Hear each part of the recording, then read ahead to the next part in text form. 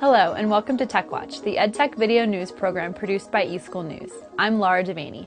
In a trend that could have important implications for how students and teachers use the web from home, 3 of the country's largest internet service providers have begun experimenting with placing monthly limits on their users' online activity.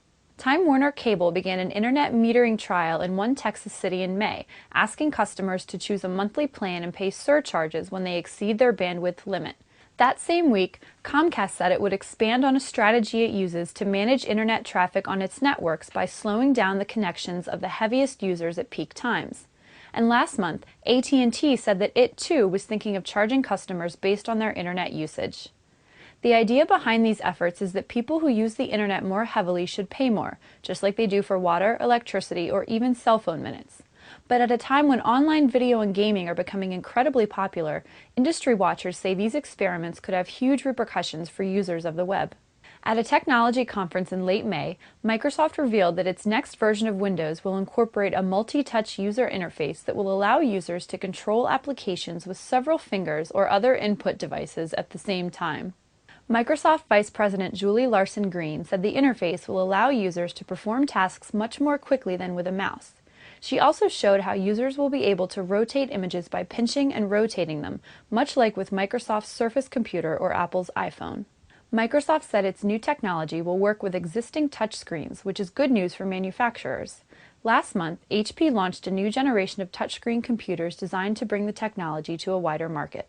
Speaking of the iPhone, Apple has introduced a new, cheaper model that navigates the internet more quickly and is priced more attractively for schools and other consumers.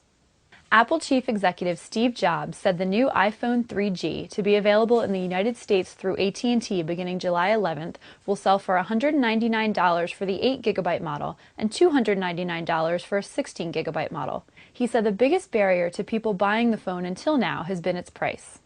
The new iPhone will run on so-called 3G wireless networks that allow much faster internet connections. It also will have built-in global positioning system capability to allow location-based services, and it will have a longer battery life in some cases.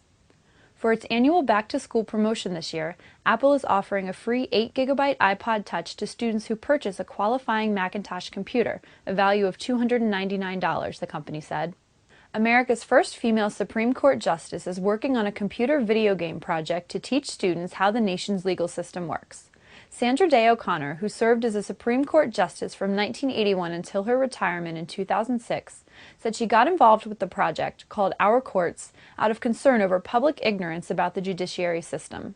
The project will have 2 parts, O'Connor said. The first is an online interactive civics program designed for classroom use by students in grades 7 through 9. The second part of the project is intended for students to use in their free time. Developed with Georgetown University Law School and Arizona State University, the program will be distributed free of charge online beginning this fall. And finally, the inventor of the Sugar interface used on the One Laptop Per Child initiative's XO computer says his company is developing a version of the software for Intel's low-cost laptop as well. In an interview last month with PC World, Sugar Labs founder Walter Bender said his group was working with Intel on a version of Sugar for Intel's Classmate PC. Bender is the inventor of the kid-friendly user interface, which sits on top of a computer's operating system.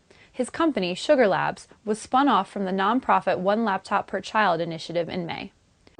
eSN TV, your #1 source for video news and information from North America's leading EdTech publications, from the world's foremost EdTech website, the eSchool News Network, America's EdTech authority. Watch eSN TV. Encounter the field's most fascinating personalities, the innovators who are turning the old school into the e-school. Watch eSN TV. Meet notable educators, advocates, and leaders. Watch eSN TV. Get real-time coverage of EdTech's most important gatherings. Stay up to the minute. Get the EdTech news and information you need to succeed. Watch eSchool News TV.